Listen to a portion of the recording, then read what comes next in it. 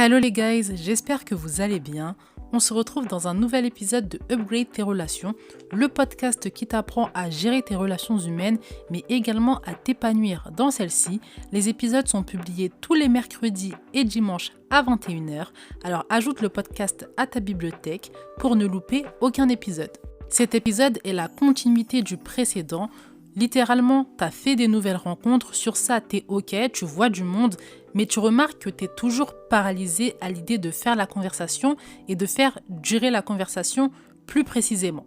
Et le fait de manquer de conversation, ça te bloque dans ton objectif de créer des amitiés. Parce que si on ne discute pas avec quelqu'un, on ne peut pas créer de liens plus forts. Donc avoir de la conversation, c'est indispensable.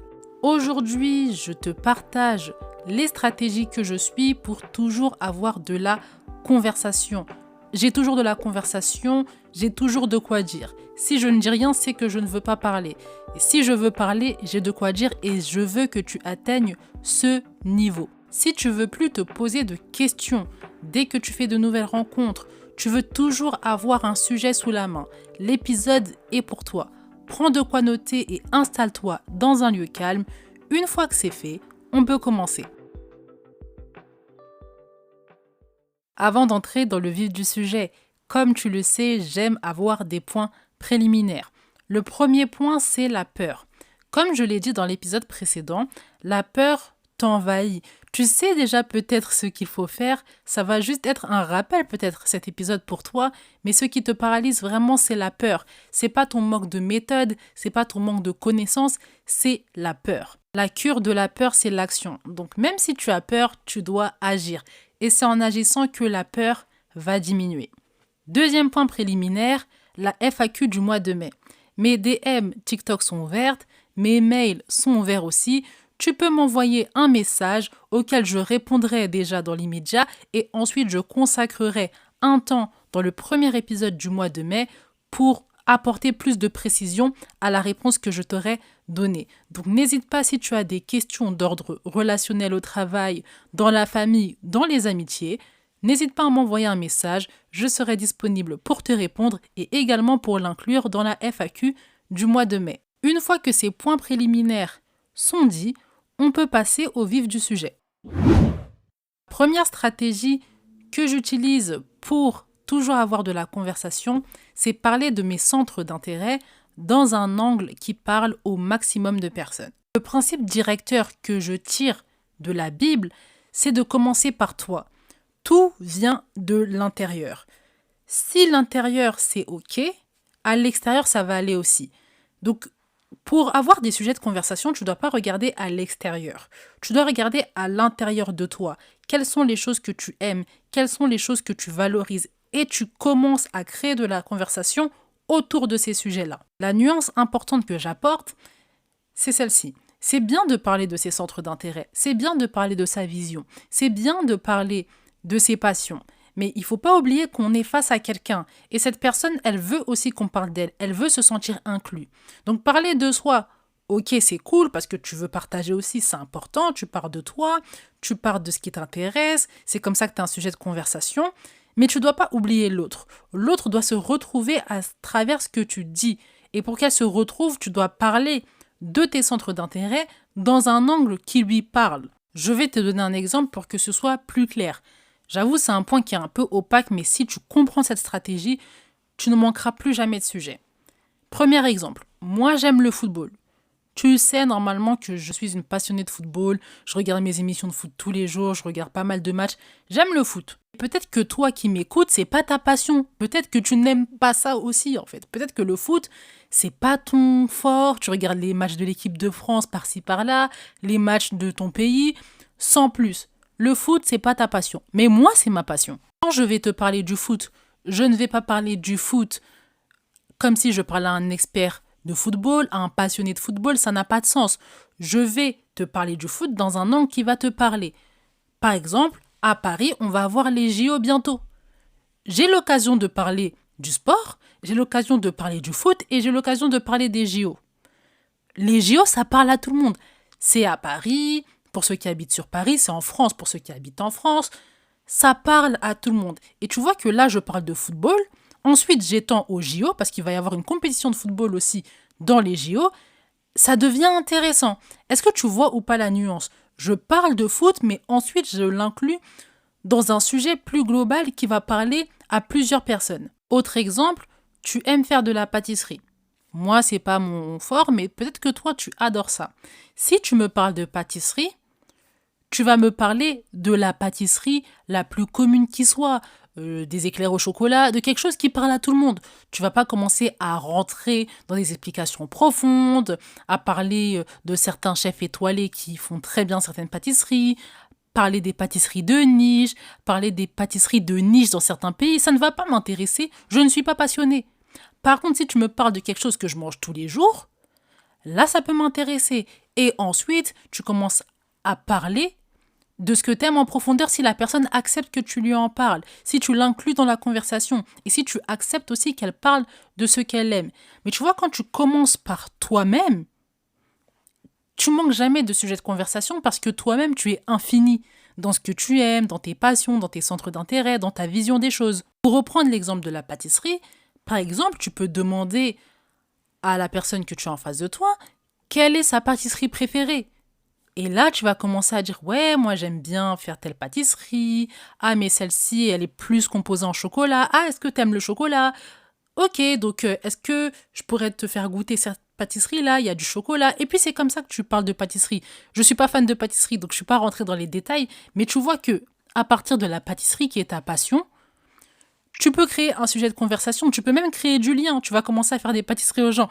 Est-ce que tu vois où je veux en venir? Si tu comprends cette stratégie, tu ne seras jamais à court de conversation parce que par définition, tu es infini dans tes centres d'intérêt. Cette stratégie, elle te pousse aussi à te développer tes centres d'intérêt, aller en précision, développer de nouveaux centres d'intérêt, de nouvelles passions pour avoir toujours quelque chose à dire. Mais tu pars de toi en fait. Quand tu grandis dans tes passions, quand tu grandis dans tes centres d'intérêt, tu ne peux qu'avoir de la conversation. Première stratégie que j'utilise pour toujours avoir de la conversation, c'est de parler de mes centres d'intérêt dans un angle qui parle à plusieurs personnes.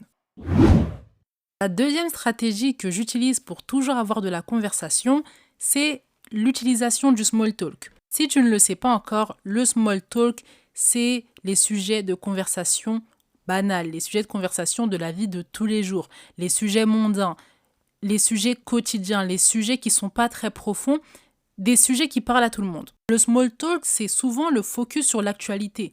L'actualité d'un pays, l'actualité du monde, l'actualité d'une ville, l'actualité d'un quartier. Tu vas me dire, non mais j'ai pas envie d'être basique, j'ai envie d'être intéressant, j'ai envie d'avoir des sujets profonds et pas des sujets superficiels. Je te répondrai que pour créer du lien, tu ne peux pas entrer d'abord dans la profondeur. La profondeur se mérite. Je répète, la profondeur se mérite, la profondeur s'acquiert avec le temps. Si tu laisses pas le temps avoir sa place, le temps va te montrer qu'il n'y aura pas la place à la profondeur. Donc au début, c'est small talk pour permettre aux gens de s'ouvrir. Les gens sains, ils n'ont pas envie de s'ouvrir à la première personne qu'ils connaissent. Ils n'ont pas envie d'entrer dans la profondeur tout de suite. Ils ont besoin d'abord de voir s'ils sont dans un terrain qui est fiable, de voir si la personne est suffisamment intelligente, si elle n'a pas des troubles, si c'est une personne saine. À ce moment-là, ils entrent dans la profondeur. Pour te dire qu'au début, il n'y aura pas de profondeur instantanée. Commence par le small talk. C'est comme ça que petit à petit, t'ouvres les portes à la profondeur. Un autre élément que je veux ajouter sur le côté small talk, le problème qui va se poser avec le small talk et l'actualité, c'est la négativité. L'actualité, elle est souvent négative. En tout cas, de la manière dans laquelle elle est présentée la plupart du temps. Que ce soit les informations, les meurtres, les décès, les violences, la guerre, c'est souvent négatif. Et donc, ce que je ne veux absolument pas que tu crées comme lien, c'est un lien négatif, un lien de trauma, un lien avec des complotistes, un lien avec des gens qui se méfient tout le temps, qui n'ont pas des bons sentiments en eux. Et pour contourner ça, moi j'ai une méthode qui est que je transforme le négatif en positif. Par exemple, dernièrement, il y a eu le décès du petit Wanis, qui est mort après une course-poursuite avec la police. Donc, apparemment, il aurait refusé d'obtempérer, donc il méritait la mort selon eux. Ok. Donc, si je suis amenée à parler de ça avec une personne que je viens de rencontrer parce que c'est l'actualité, elle est dans ma ville, elle est touchée par ce qui se passe avec ce petit garçon, donc tous les mouvements, sa mort, puis son ami qui est à l'hôpital, on va en discuter, mais je vais pas rester sur ça en fait. On va être dans l'indignation parce que ça nous révolte, il y a un petit qui est décédé, il avait même pas fêté ses 19 ans, donc forcément, mais après cette discussion, je vais demander à cette personne par exemple, j'avoue, toi, qu'est-ce que tu penses qu'on devrait faire au niveau politique, ou les gens de la ville, ils devraient faire quoi pour que ça s'arrête cette situation? Et là, on part sur quelque chose d'inspirant. Là, on part sur des inspirations. Là, on part sur de la positivité. Est-ce que tu vois ce que je veux dire? On part sur quelque chose de plus positif, quelque chose de plus concret, quelque chose qui permet de voir la lumière dans les ténèbres. C'est comme ça que le small talk devient intéressant. Si tu arrives à trouver des personnes, quand tu poses des questions inspirantes ou qui poussent à la réflexion sur une solution, ces personnes-là répondent positivement, c'est que tu es tombé sur quelqu'un qui va probablement t'intéresser, une personne intéressante en fait, simplement. Alors pars de l'actualité, de ce qui est négatif, mais ensuite pars sur une discussion de solution, une discussion de positivité à partir de la négativité. Quand tu sauras faire cette bascule-là, tu verras qu'il y aura plus de positivité pour créer un lien et c'est un vent d'air frais en fait pour la personne qui t'écoute, pour toi-même et la discussion devient plus intéressante et le lien que vous créez aussi. Ce que je viens d'évoquer aussi, ce que ça t'aide à comprendre, c'est que le small talk, il peut pas rester au small talk. Il faut que tu étendes. Par exemple, si tu parles de la météo, tu ne peux pas parler continuellement de la météo. Tu vas devoir parler de l'environnement, par exemple, de pourquoi l'environnement est ainsi, quelles sont les solutions. Tu vois, c'est vague, mais c'est comme ça que tu vas vers de la positivité et vers de la profondeur surtout. En utilisant cette deuxième stratégie, tu n'es pas obligé d'être une personne hyper intéressante, être une personne qui est hyper cultivée. Il faut juste savoir tourner ces moments d'actualité négatifs en positivité, créer la place pour amener la profondeur. Alors la deuxième stratégie que j'utilise pour toujours avoir de la conversation, c'est l'utilisation du small talk. La troisième stratégie que j'utilise pour toujours avoir de la conversation, c'est la relance. C'est quoi la relance? La relance, c'est simplement le fait de relancer après un blanc. Relance après un blanc, n'aie pas peur. Il y a un auteur qui disait que on n'avance pas dans la vie parce qu'on a peur d'être redondant. Or, en vérité, on n'est pas redondant. On permet que la discussion avance, on permet que la discussion ne soit pas paralysée par un blanc. Parfois, le small talk s'arrête au small talk. Tu n'arrives pas spécialement à entrer dans la profondeur avec le sujet que tu as lancé. Ok? Mais tu peux lancer un autre sujet. Il faut que tu testes un maximum en fait. N'aie pas peur de poser des questions, n'aie pas peur de demander un avis, n'aie pas peur de parler de tes centres d'intérêt dans un angle évidemment qui parle à la personne qui est en face de toi, mais n'aie pas peur de relancer. C'est ce qui permet d'avoir une discussion fluide, t'enlèves aussi la pression de la personne qui est en face de toi et elle va se sentir redevable de te répondre parce que c'est toi qui as pris le courage de relancer après un blanc. N'hésite pas à rebondir sur un nouveau sujet, un sujet qui t'intéresse, un sujet qui est aussi susceptible d'intéresser la personne. C'est une stratégie sur laquelle je ne m'étendrai pas plus que ça parce que cette stratégie, elle demande plus de courage que d'explication en vérité. Il faut juste avoir le courage de rebondir après un blanc, de parler d'autre chose et de se dire que, ok, j'ai parlé de quelque chose, mais ça n'a pas marché en fait au final. Ça n'a pas marché, ça ne nous a pas amené là où je voulais, bah c'est pas grave, on va parler d'autre chose. Et à force de parler, je vais découvrir ce qui lui fait du bien, ce qu'elle aime entendre. Je vais voir si ça a un lien avec ce que moi j'aime et ensuite on va parler plus souvent de ça, c'est ce qui va nous amener à la profondeur par exemple. Pour appliquer cette stratégie, il te faut du courage, il faut que tu arrêtes d'avoir peur, que tu arrêtes d'avoir honte d'être redondante parce que tu vas poser une autre question, parce que tu vas relancer sur un autre sujet. Tu n'es pas lourde, tu décharges la personne qui est en face de toi, je t'assure, et elle va se sentir redevable. Donc la troisième stratégie que j'utilise pour toujours avoir de la conversation, c'est la stratégie de la relance. L'épisode va suivre son cours, mais avant ça, je t'invite à mettre les étoiles si l'épisode te plaît et t'aide, et également à mettre les commentaires. Quelle est la stratégie que tu vas incorporer dans ta méthode pour toujours avoir de la conversation? Mets-moi ça en commentaire. Une fois que tu as mis les étoiles et les commentaires, on peut poursuivre. La quatrième stratégie, et celle-ci, elle est très puissante parce qu'elle marche à tous les coups, c'est que je pose des questions pour m'intéresser à l'autre. Tout le monde a envie de parler, tout le monde a envie d'être intéressant, les gens aiment s'écouter. Donc, t'es pas obligé de toi tout le temps avoir des sujets de conversation. Pose des questions et laisse les autres parler. On est dans un monde où on n'écoute pas les autres, on ne s'intéresse pas sincèrement aux autres, et on se demande pourquoi les relations, elles sont aussi superficielles. Si tout le monde s'écoutait, si tout le monde s'entendait réellement, les choses seraient différentes. On veut s'entendre parler. On est dans une société d'égoïsme où c'est nous et encore nous. Si tu fais taire un peu cette voix intérieure qui veut que tu penses qu'à toi et que tu laisses l'autre parler, je t'assure que tu vas être moins stressé parce que tu ne vas pas faire la conversation. Tu vas te rendre compte que la personne timide que tu as rencontrée est en réalité bavarde parce que tu lui as posé une bonne question. Comment faire pour poser les bonnes questions? Première chose, pose des questions sur les centres d'intérêt, pose des questions sur la vision de vie, sur la direction et des questions sur des avis. L'actualité, par exemple, quel est son avis là-dessus? Deuxième point, approfondis les phrases qu'elle te dit. Si tu es avec moi et que je te dis que je vais souvent à la salle de sport, approfondis.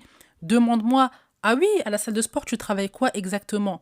Je te dis, ah, est-ce que tu as un coach? Ah, tu vas vers quelle heure? Ah, j'avoue, je connais telle personne qui pourrait t'aider. Et c'est comme ça que tu approfondis la discussion. Commence par une phrase. On t'a dit une phrase, ne laisse pas la phrase filer. Insiste sur cette phrase, approfondis. Il y a toujours des choses à approfondir. Dans mes discussions, des fois, je suis même pas obligée de poser des questions sur ce qui intéresse l'autre, l'avis sur l'actualité. Ça vient naturellement parce que lorsqu'elle me dit une phrase, voire deux phrases, j'écoute et j'approfondis sur ça. Et ça nous mène forcément à l'endroit où je veux, qui est la profondeur, qui est j'apprends à la connaître sincèrement. Une discussion, quand quelqu'un d'autre parle, on n'est pas passif, on est actif, on écoute ce qu'elle dit, on prend en note dans notre esprit et ensuite on rebondit sur ce qu'elle a dit. Ça nous permet de ne jamais courir après un sujet de conversation. On a toujours de quoi dire. Maintenant, un autre point sur lequel j'ai envie de m'attarder, c'est l'interrogatoire. Personne n'aime être questionné incessamment pendant des heures, sans lien qui est créé, juste des questions comme ça qu'on pose à la chaîne pour dire ouais, j'ai eu de la conversation, je me suis intéressée. Cette personne va croire qu'elle est dans un interrogatoire. Cette personne va croire qu'elle est en garde à vue et c'est pas le sentiment que tu veux créer en elle. Ça va l'agacer, elle va plus être profonde dans les réponses qu'elle va te donner, elle ne va plus être complète. Pour que ça ne ressemble pas à un interrogatoire, tu dois faire des liens avec ta personnalité. Par exemple, je reprends l'exemple de la salle de sport. Je te dis que je vais à la salle de sport. Tu me dis, ah, tu fais quoi comme exercice à la salle de sport? Ah, je travaille plus les jambes en ce moment. Ah, ok, j'avoue que je suis telle personne en ce moment sur les réseaux sociaux. J'aimerais bien aussi reprendre la salle de sport et travailler les jambes. Là, tu vois, tu fais un lien avec toi. Ensuite, vous continuez votre discussion sur le sport. Après, tu peux poser une question, une autre question. Ça fait pas interrogatoire en fait. Si tu poses des questions à la chaîne sans rebondir à ce que je dis, sans faire des liens avec toi, j'ai l'impression d'être dans un interrogatoire. C'est pas plaisant, c'est pas agréable. N'oublie pas que les relations humaines sont des relations d'agréabilité dans un premier temps. Si elles durent, c'est qu'elles sont agréables. Si on veut les commencer, c'est parce qu'on veut des relations agréables. Donc sois d'abord une personne agréable. Et qui dit personne agréable ne dit pas personne qui pose des questions à la chaîne comme si c'était un robot, comme si c'était un policier. Donc la quatrième stratégie que j'utilise, c'est l'art de poser les bonnes questions. Et enfin, la cinquième stratégie que je suis pour toujours avoir de la conversation, c'est de m'intéresser à l'état mental des autres. Qu'est-ce que ça veut dire concrètement? Ça veut dire que quand je vois quelqu'un de triste, je lui notifie que je la trouve triste. Quand je vois quelqu'un de joyeux, je lui notifie que je trouve joyeux. Quand je vois quelqu'un de stressé, je lui notifie aussi. Ça permet à l'autre de déstresser, de parler d'elle et d'avoir de la conversation. En fait, je pourrais résumer l'épisode à l'art de s'intéresser aux autres, en fait. Pour avoir de la conversation, tu dois t'intéresser aux autres prioritairement. La conversation, c'est un don de soi. Tu parles pour t'intéresser aux autres, surtout quand tu veux apprendre à connaître quelqu'un, quand tu veux qu'elle se sente bien. Et la personne aussi qui te parle doit avoir cet état d'esprit. C'est pas quelque chose d'unilatéral. Donc n'aie pas peur. Si tu rencontres les bonnes personnes, et tu vas rencontrer les bonnes personnes, si tu t'intéresses à elles, elles vont aussi s'intéresser à toi. C'est donnant-donnant. C'est pour ça que je m'intéresse à l'état mental des autres. Je m'intéresse à l'état mental des autres, non pas pour faire la psychologue, pour faire la psychiatre. C'est pas ça l'objectif. Dans tous les cas, c'est pas mes qualifications. Je fais ça pour leur donner une safe place, pour qu'elles se sentent bien et pour qu'elles puissent parler, elles-mêmes créer de la conversation. Ça permet aussi d'entrer dans la profondeur. Quand quelqu'un parle de ses émotions, quand quelqu'un parle de son humeur, tout de suite on est dans quelque chose de plus intime, dans quelque chose de plus personnel. Et forcément, il y a de la profondeur dans ça. Le nombre de personnes avec qui j'ai créé du lien juste parce que je leur ai dit « je te sens triste en ce moment », n'hésite pas à m'en parler, même si elles m'en parlaient pas tout de suite déjà d'ailleurs. Quelques jours après, elles revenaient à moi pour m'en parler. J'ai créé des liens, mais sans commune mesure, parce qu'ils se sont sentis en confiance, parce que je me suis intéressée réellement à eux et je les ai écoutés quand elles ont parlé. Beaucoup de personnes ont besoin de ça, tu vois, et demander comment les gens vont, sincèrement, et noter aussi quand elles vont pas bien, quand elles vont bien, quand elles sont stressées, c'est un game changer. Tu entres rapidement dans la profondeur et même si tout de suite on ne s'ouvre pas à toi, on sait que si on t'en parle, tu vas pas juger, tu vas pas te moquer parce que tu as osé demander. C'est une stratégie qui fonctionne correctement. Elle fonctionne pas dans l'immédiat, mais avec le temps, elle fonctionne et c'est comme ça que tu as toujours de la conversation. En tout cas, ça, c'est une stratégie qui me tient vraiment à cœur parce qu'elle permet vraiment de différencier en fait une relation. Je vois à quel stade je suis avec cette personne si elle a une facilité à me parler. Là, je vois qu'on est dans le sérieux, je vois qu'on est dans de la profondeur. In fine, c'est ce que tu cherches, n'est-ce pas? Donc, la 5e stratégie que j'utilise pour toujours avoir de la conversation, c'est de m'intéresser à l'état mental de la personne à qui je m'adresse. L'épisode touche à sa fin, j'espère que l'épisode t'a plu. Je t'ai donné mes stratégies pour toujours avoir de la conversation. Rappelle-toi que c'est une progression lente. C'est petit à petit, ne te mets pas de pression, ne te surcharge pas. Commence par une stratégie. Si elle fonctionne, c'est cool. Si elle ne fonctionne pas, prends-en une autre et teste.